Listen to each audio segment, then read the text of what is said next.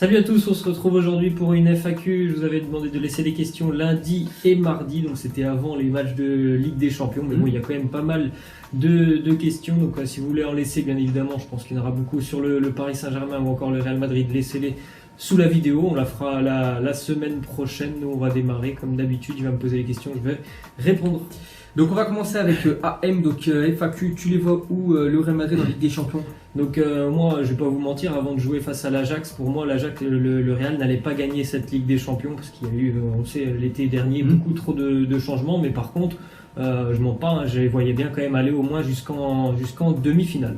Ok, donc moi ouais, la même chose, hein. Je pense quand même qu'ils auraient pu éliminer cette équipe voilà, de l'Ajax Amsterdam, maintenant c'est fait, hein. Voilà, on va pas continuer sur ce débat.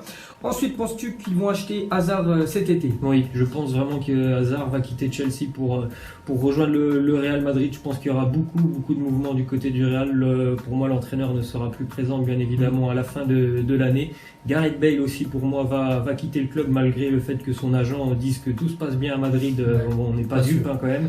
Je pense qu'il quittera le club. Je pense aussi que ça va tout simplement donner au Real Madrid un peu plus finalement d'argent parce que son salaire à Gareth Bale est très cher. Donc pour ce qu'il fait sur le terrain, je pense que c'est mieux d'investir, notamment par exemple chez Eden Hazard, qui en plus de ça vit encore, comme l'année dernière, une saison quand même assez compliquée avec Chelsea. Alors à moins qu'ils gagnent l'Europa League, je suis pas sûr qu'ils aillent quand même en Ligue des Champions l'année prochaine, étant donné qu'en Première Ligue c'est quand même pas terrible au niveau du classement. Donc je pense que c'est peut-être l'année pour laquelle Hazard va quitter Chelsea et rejoindre le Real. Ok, on va terminer. Quel entraîneur serait le mieux pour le futur Real, hein, parce que Solari, je pense pas qu'il va faire le feu au club. Franchement, sur le marché, il n'y a pas énormément de monde. Bien évidemment, Zidane serait parfait, mais je pense pas qu'il ait spécialement envie de retourner à Madrid. Alors Mourinho, sur ce qu'il a fait à Manchester, je suis pas sûr aussi que ça soit vraiment une très bonne piste. Pourquoi pas, je sais pas, Carlo Ancelotti, même si ça me semble compliqué, ça fait pas très longtemps qu'il est à Naples, donc là franchement j'ai pas vraiment beaucoup de noms en tête. Laurent Blanc, peut-être. Je sais pas, bon après ce serait des sources, ce serait peut-être voilà, Mourinho, on verra dans le futur. Ensuite, El Capi del Capo, quel joueur faudrait-il pour que le PSG gagne la Ligue des Champions? Ça en plus c'est une question qui a été posée avant que le PSG subisse ce revers face à Manchester United. Et franchement il y a pas grand chose à dire. Moi je trouve qu'il faut, et j'ai pas des noms en tête, mais il faut des joueurs qui ont forcément de l'expérience et du caractère. C'est pour moi ce qui manque de principal au Paris Saint-Germain pour aller au bout en Ligue des Champions, parce que bon, la qualité, techniquement, tout ça, franchement l'effectif parisien, il y en a, mais après voilà, c'est au niveau de l'expérience. Et quand je vois Thiago Silva qui est pas capable de remobiliser tout le monde alors qu'il a quand même une quinzaine d'années au plus haut niveau, il n'est pas capable de remobiliser tout le monde dans les 10 dernières minutes, je me dis qu'il n'y a pas vraiment de leader dans cette équipe. C'est vraiment dommage parce qu'il y a les joueurs aptes pour gagner la Ligue des Champions, même en tant que gardien, on va pas dire, même s'il y a une boulette du gardien, voilà, Areola, il fait le taf, hein, donc même moi je vois pas de nom, parce que Cavani, tout ça, Neymar, Mbappé, ils ont les meilleurs joueurs de la planète, ils n'arrivent pas, voilà, c'est la cohésion d'équipe, c'est vraiment dommage ce qui s'est passé cette semaine pour le Paris Saint-Germain. Ensuite, Naël Sadoun, le Barça peut-il gagner tout cette saison? Ouais, ils sont bien partis. Après, franchement, il y aura vraiment des matchs qui seront compliqués, je pense. S'il y aura peut-être un tirage quand même assez favorable, hein, encore sur les quarts de finale. Si tu joues Porto, sans dénigrer Porto, c'est quand même plus de chances de passer que si tu prends tout de suite le Bayern ou Liverpool, par exemple. Mais c'est vrai que la Liga, je pense que c'est acté, ils vont la remporter. La Coupe du Roi face à Valence, quand même de grandes chances qu'il remporte aussi la Coupe du Roi, donc ça peut être un triplé comme il l'avait fait il y a quelques années, je crois, le Barça. Ça va, t'as tout dit, hein. Je pense que ça peut être une très belle année pour le FC Barcelone, hein, le grand rival du Real qui remportait tout, qui raclait tout ces dernières années, déjà éliminé, hein. Un autre favori, le PSG aussi éliminé. Voilà, tout dépend du tirage, mais sinon que ce soit la Liga et la Coupe Del Rey, hein, je pense que ça va le faire, surtout la Liga, c'est quasiment fait à 100%. Ensuite, une question de N'Golo Kanté. Penses-tu qu'avec ce match nul face à Everton, Liverpool a perdu le titre de Première Ligue? Où les vois-tu quand même être champion? Oui, c'était la semaine dernière, donc ce derby où ils ont fait 0-0. Je pense, malheureusement, j'aurais préféré que Liverpool soit champion, mais je pense qu'ils ne vont pas y arriver encore une fois cette année. Il y a eu des moments clés cette saison, notamment il y a à peu près un mois où le match où City perd à Newcastle.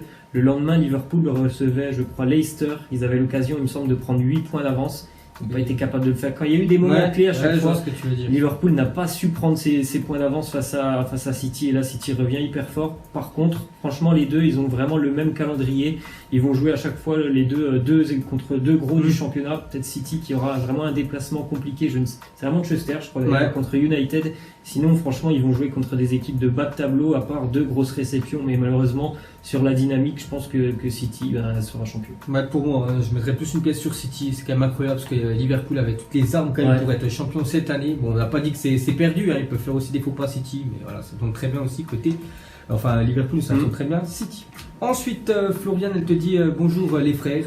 Donc, que pensez-vous du nouveau PSG et de la touche Tuchel cette saison? Je trouve qu'il a métamorphosé l'équipe. Sinon, continuez comme ça. Vous êtes les meilleurs. Encore une question qui a été posée bien évidemment avant le match face à Manchester. C'est vrai que moi j'ai trouvé qu'il avait apporté beaucoup de choses, beaucoup de dynamisme dans cette équipe depuis le début de saison. Mais si on fait le constat maintenant après cette élimination, le constat il est simple, c'est pire que ses prédécesseurs.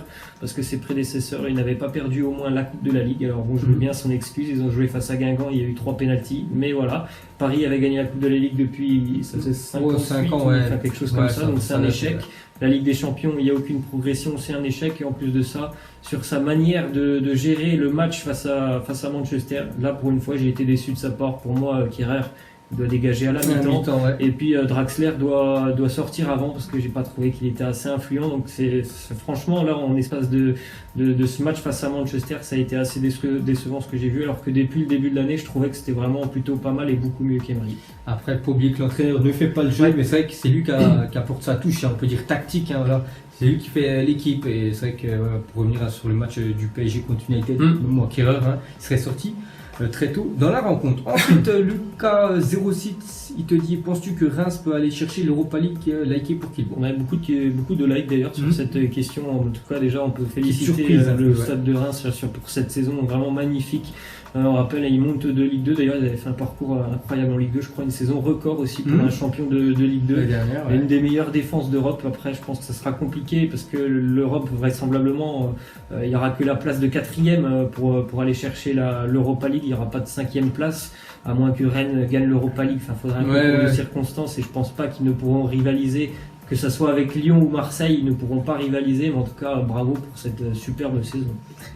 Ok. Ensuite, Parisien te dit, t'aimes quelle équipe en Ligue 1? Je suis supporter de Dijon, donc c'est une saison compliquée. C'est vrai. Penses-tu que la carrière de Neymar est détruite? Alors ça aussi c'était bien évidemment avant le match face à Manchester, donc je pense que c'était plutôt par rapport à la blessure, je sais pas, mais peut-être par rapport aussi au match. Mais par rapport à la blessure, c'est vrai que pour lui c'est quand même assez décevant.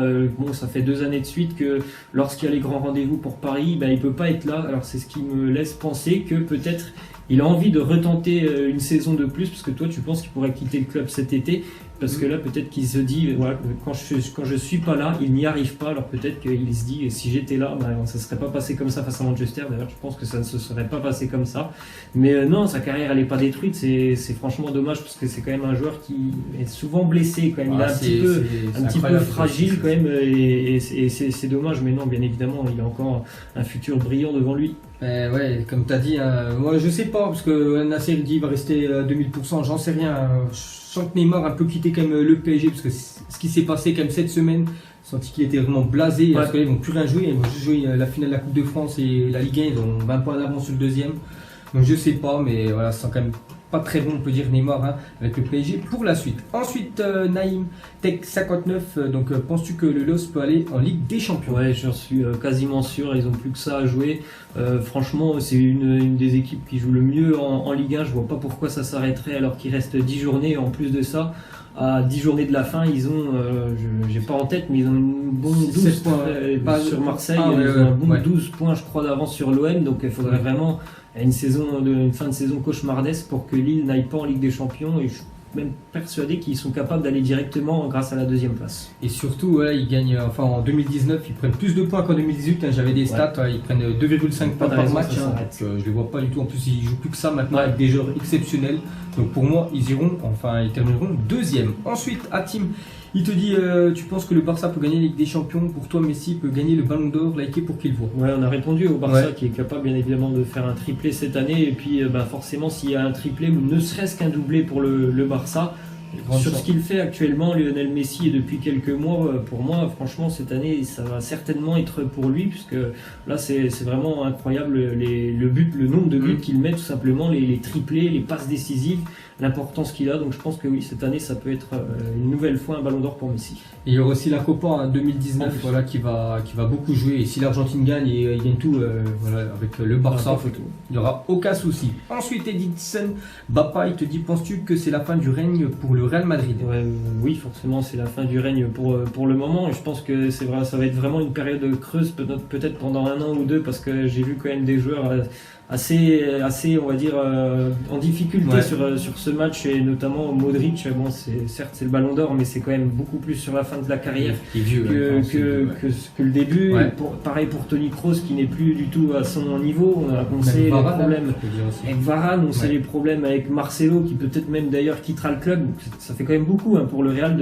C'est quasiment la moitié d'un effectif qui n'est plus à son niveau ou qui va quitter le club. En plus, la perte de Ronaldo, les changements de Zidane, ça fait énormément de choses. Et il y a des équipes qui mettent 1 an ou 2 avant de se reconstruire, et je pense que ça sera le cas pour le Real.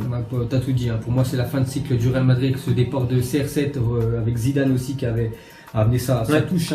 Et pour moi, voilà, vraiment, il y a des joueurs, c'est plutôt moyen. Casemiro, tout ça, c'est vraiment très moyen cette année. Comme j'ai dit, un Varane que je trouve vraiment fantomatique sur cette année. Et pour finir, ce sera El Capi Del Capo. Je crois que c'est déjà la deuxième dans cette FAQ. Est-ce que pour toi, Lyon peut faire un miracle contre le Barça comme l'AS Roma l'année dernière? Bien évidemment, ce qu'on a vu cette semaine en Ligue des Champions, ça nous laisse penser que tout est possible. Mais d'ailleurs, tout est possible dans le foot. Après, franchement, encore une fois, j'ai du mal à y croire, parce que le Barça est quand même une machine à domicile. Il n'y en a pas beaucoup qui viennent gagner en Ligue des Champions au Camp Nou ces dernières années. Je crois que le Bayern qui est venu une fois s'imposer, mais l'année dernière, par exemple, la Roma, quand ils se sont déplacés au Camp Nou, ils avaient pris 4-1, il me semble.